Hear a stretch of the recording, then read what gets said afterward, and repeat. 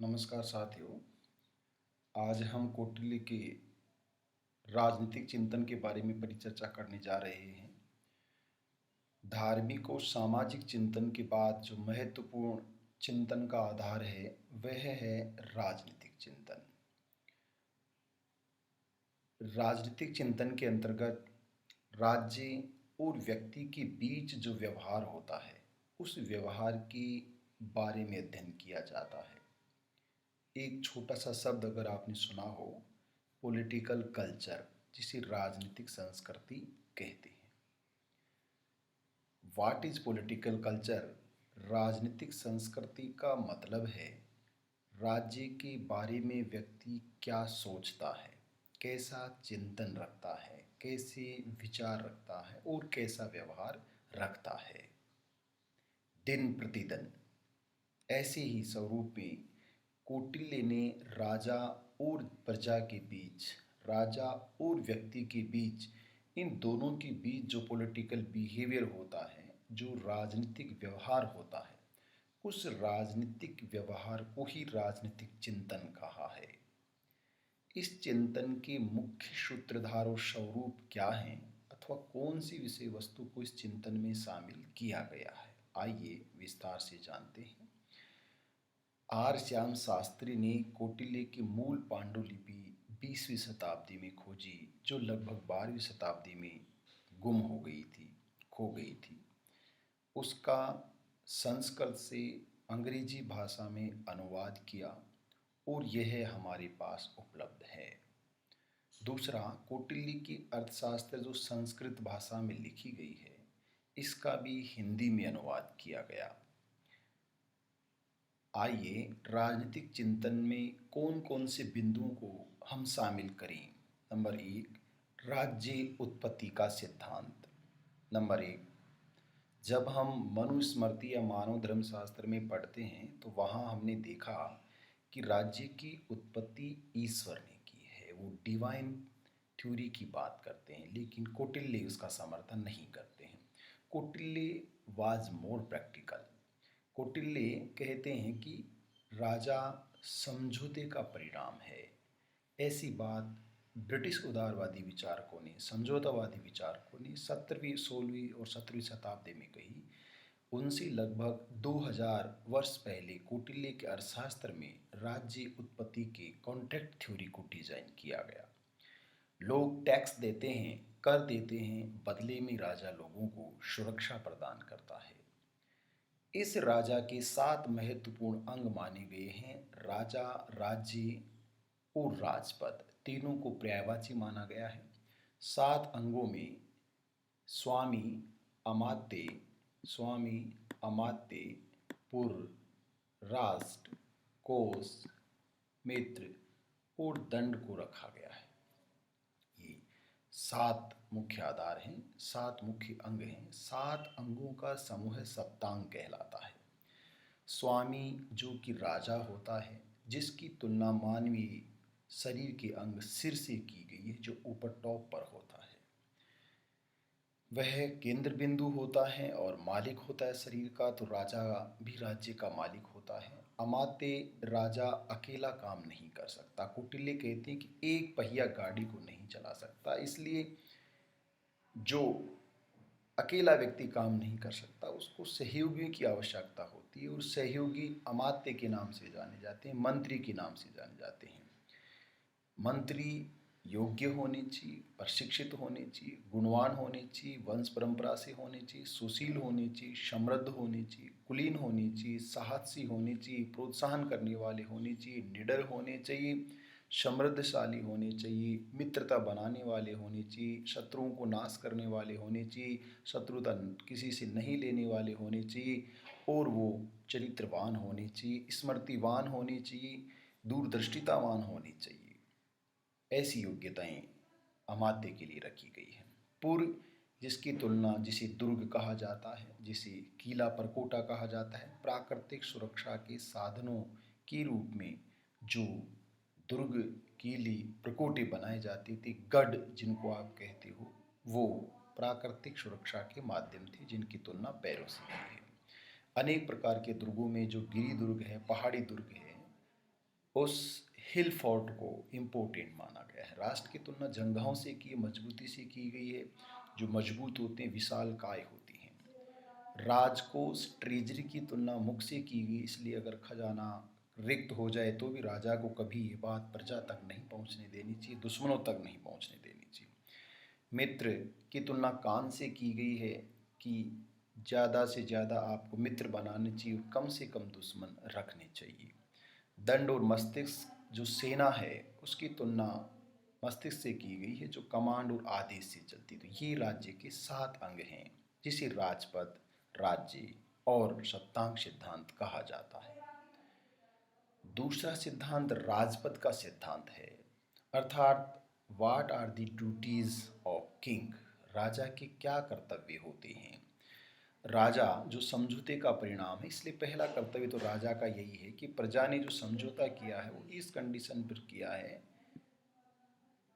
कि जो टैक्स देते हैं, कर देते हैं, उस कर के बदले उनके जीवन की सुरक्षा की जाए। प्रजा रक्षण सबसे महत्वपूर्ण, उसको स्वीकार किया गया है। जीवन रहना जरूरी है, न केवल आंतरिक रूप से अपितु बाह्य स्वरूप में भी सुरक्षा होनी चाहिए।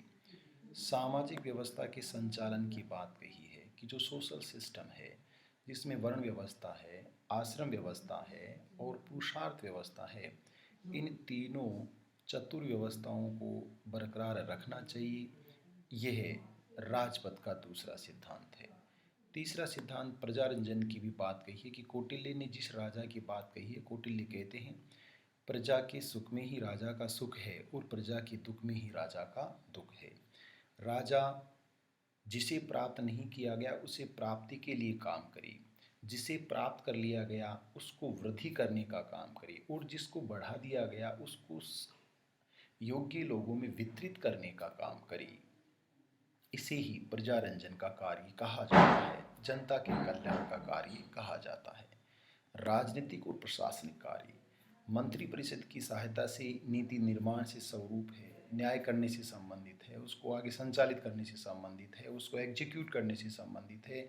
जितना एडमिनिस्ट्रेशन है उसका रिक्रूटमेंट करना है, उसकी देख रेख करनी है, उसको सैलरी वगैरह देनी है, पेंशन है, उसकी जासूसी करनी है, गुप्तचर व्यवस्था है, दूत व्यवस्था है। इसके माध्यम से प्रशासन और राज्य को अलर्ट मोड पर रखना है। आर्थिक कार्य प्रणाली का संचालन मनु ने जहाँ धर्म को प्रधान माना है वहाँ कौटिल्य ने अर्थ को प्रधान माना है।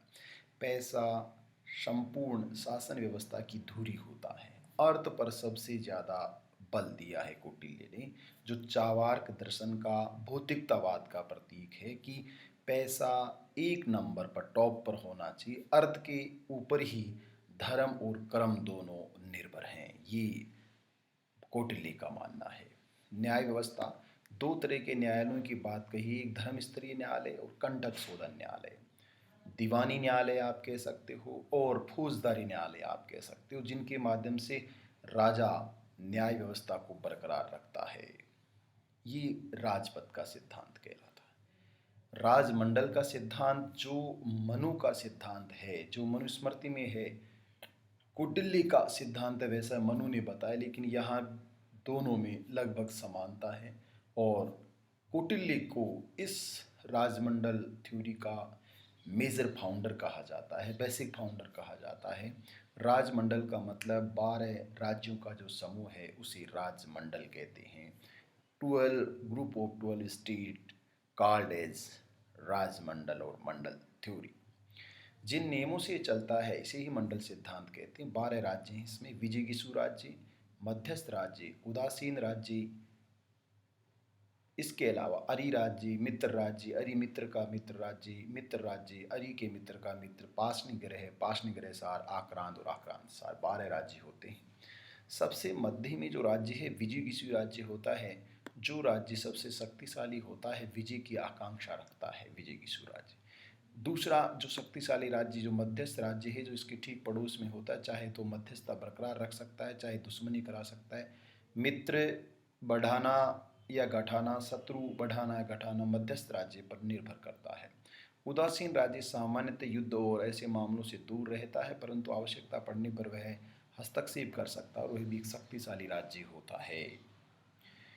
इसके अलावा सिद्धांतों के रूप में जो निकटतम पड़ोसी राज्य होता है वह शत्रु राज्य होता है, उसके आगे मित्र राज्य होता है, और ये क्रम कंटिन्यू आगे की तरफ और पीछे की तरफ चलता है। 5 राज्य आगे की तरफ, 4 राज्य पीछे की तरफ होते हैं। पीछे के राज्य को पाशनिग्रह राज्य जो शत्रु राज्य है, उसके आगे मित्र राज्य पाशनिग्रह सार राज्य, उसके आगे शत्रु राज्य आक्रांत राज्य, और उसके पीछे आक्रांत सार शत्रु राज्य। तो 2 शत्रु और 2 मित्र पीछे की तरफ होते हैं और 3 शत्रु और 2 मित्र आगे की तरफ होते हैं। तो 4 मित्र होते हैं और 5 शत्रु। 9 राज्य, 10वां राज्य मध्यस्थ राज्य, उदासीन 11वां राज्य और विजयकेशु 12वें राज्य। ये 12 राज्य होते हैं जिनके नियम पहले व्याख्यान में मैंने बता दिए। मनु के जो नियम बताए गए हैं उन्हीं नियमों पर राज्य कार्य करते हैं। इन राज्यों के लिए 6 लक्षणों वाली एक विदेश नीति होती है जिसे साठगुन्नी नीति के नाम से जाना जाता है। ये साठगुन्नी नीति 6 लक्षणों वाली नीति होती है जिसको फॉरेन पॉलिसी भी कहा जाता है। 6 फोल्ड फॉरेन पॉलिसी आप इसको कह सकते हो।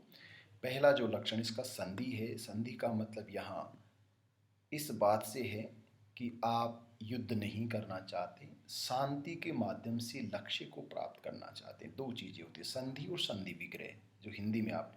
संधि का मतलब मेल जोल है, समन्वय है, समझौता है, कॉन्ट्रैक्ट है, एग्रीमेंट है, ट्रीटी है, एनीवी। संधि शांतिपूर्ण प्रक्रिया के माध्यम से राष्ट्रीय लक्ष्यों को प्राप्त करने का टूल है, उपकरण है। विग्रह जब संधि से पार नहीं पड़ती है, संधि से लक्ष्य नहीं साधे जाते हैं, संधि आपके ध्येय को पूर्ति नहीं देती है, नहीं करती है, तो आपको संधि विग्रह करना चाहिए, कॉन्फ्लिक्ट करना चाहिए, अलग अलग हो जाना चाहिए, दिखाना चाहिए, पावर को प्रेशराइज करना चाहिए। यान इसका शाब्दिक अर्थ होता है चढ़ाई करना, अटैकिंग पोजीशन, लेकिन आक्रमण करना नहीं है। हवाई जहाज की तरह गति से चढ़ाई करना, आगे की ओर बढ़ना, जो एक साइकोलॉजिकल प्रेशर है। शत्रु राज्य को डराना है, धमकाना है, उसको अपनी तरफ पक्ष में करना है, अपनी बात मनवाना है। आसन ये वेट एंड वॉच वाली स्थिति है। उचित अवसर की प्रतीक्षा की बात यहाँ कही गई है कि अगर शत्रु शक्तिशाली है, शत्रु को जीता नहीं जा सकता, शत्रु की परिस्थितियाँ आपके विपरीत हैं, तो उस स्थिति में जब शत्रु आपके अनुकूल और शत्रु के विपरीत परिस्थितियाँ हो तब आपको आक्रमण करना चाहिए। इसके लिए आपको इंतजार करना चाहिए। द्विधि भाव का मतलब 2 तरह से आक्रमण से यहाँ माना गया है। मनु ने जहाँ सेनाओं के 2 टुकड़ी की बात की गई, यहाँ कौटिल्य कहते हैं कि 2 तरह से आर्मी को ऑपरेट किया जाए ताकि युद्ध जीतना आसान हो या दबाव बनाना आसान हो। संशय के लिए कौटिल्य का कहना है कि हमेशा शक्तिशाली जो राज्य है उसी का संरक्षण लेना चाहिए, उसी को सरेंडर करना चाहिए ताकि लक्ष्य मिले। ये स्टेप बाय स्टेप 6 लक्षण हैं। इन 6 लक्षणों को ही यहाँ साठगुन्नी नीति, 6 लक्षणों वाली नीति कहा गया है। 4 उपायों की बात कही गई है जिसमें साम है, दान है, भेद है, दंड है। चौथा उपाय दंड के रूप में बताया गया है। सबसे पहले अनुनय विनय के माध्यम से, विनती के माध्यम से, बातचीत के माध्यम से लक्ष्य प्राप्त करनी चाहिए, शत्रु से बात करनी चाहिए। इसके अलावा आप उसको लोभ दे सकते हो, लालच दे सकते हो, दान दे सकते हो, अनुदान दे सकते हो, सहायता दे सकते हो, जमीन दे सकते हो, सोने चांदी वगैरह दे सकते हो। फिर भी नहीं माने तो डिवाइड एंड रूल की पॉलिसी आप अपना सकते हो, जो कौटिल्य से पहले से लेकर या आर्यों से लेकर अंग्रेजों तक, अंग्रेजों से लेकर वर्तमान भारत सरकार तक डिवाइड एंड रूल पॉलिसी है। इसके तहत आपको शत्रुओं को या प्रजा को आपस में लड़ाना होता है, धर्म के नाम पर, जाति के नाम पर, क्षेत्र के नाम पर, भाषा के नाम पर, रंग के नाम पर, प्रजाति के नाम पर, अन्य किसी कारण के नाम पर आप उनमें कॉन्फ्लिक्ट क्रिएट करते हो, और इस कॉन्फ्लिक्ट का जो फायदा है वो रूलर को मिलता है, शासक को मिलता है। दंड, अगर तीनों उपाय फेल हो जाते हैं तो अंतिम रूप से आपको पनिशमेंट करना चाहिए, और एक राष्ट्र जब दूसरे राष्ट्र को पनिष्ड करता है इसे वार कहते हैं। युद्ध जो जन और धन की क्षति करता है, हिंसा को आगमन करता है। दूत प्रणाली और गुप्तचर प्रणाली की बात कही गई, जहां मनु ने दूत प्रणाली में उसकी 5 श्रेणियां बताई। कापाटिक दूत होता है, उदासीन होते हैं, वैदेही होते हैं, गृहपातिक होते हैं और तापसिक होते हैं। 5 श्रेणियों में दूत प्रणाली को बांटा है। जो कपटपूर्ण छलपूर्ण व्यवहार करते हैं, जो उदासीन रहकर कार्य कर सकते हैं, जो वैदेही के रूप में कार्य करते हैं, जो गृहस्थ आश्रम के रूप में कार्य करते हैं, जो तापसी तपस्वी के रूप में कार्य करते हैं। कौटिल्य के अनुसार निष्ठार्थ पहली श्रेणी, प्रेमार्थ दूसरी श्रेणी है और शासनहार तीसरी श्रेणी, 3 श्रेणियां बताई गई हैं।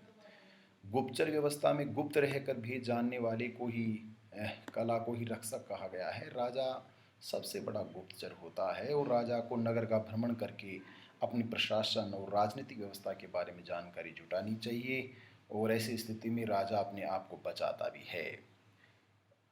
कौटिल्य कहते हैं कि इनके अलावा जो वर्ण व्यवस्था है उसमें चांडाल जो वर्ण व्यवस्था के भाग नहीं होते, निषाद और मलेच्छ कहा गया है, जिनको खरीदा जा सकता है, बेचा जा सकता है, लेकिन आर्य कभी दास नहीं होंगे। ये अरिस्टोटल की जो यूनानी दास नहीं होंगे, उसी की तरह समानांतर इसने कहा कि आर्य दास नहीं होंगे, भले उनको खरीदा जाए, भले बेचा जाए, खुद बेचा जाए, खुद खरीदा जाए, तो भी वो दास नहीं बन सकते। अन्य लोग दास हो सकते हैं, लेकिन शूद्र दास हो सकते हैं, शूद्र के अलग चांडाल, निषाद और मलेच्छ दास हो सकते हैं। दासता का कौटिल्य ने समर्थन किया है। इसके अलावा राजनीतिक विचारकों में हम देखें तो कौटिल्य ने अंतर्राष्ट्रीय संबंधों पर सबसे ज़्यादा प्रभाव रखा है, जिसके माध्यम से हम उनके राजनीतिक विचारों की प्रासंगिकता समझते हैं। तो ये था कौटिल्य की अर्थशास्त्र का राजनीतिक चिंतन। Thank you.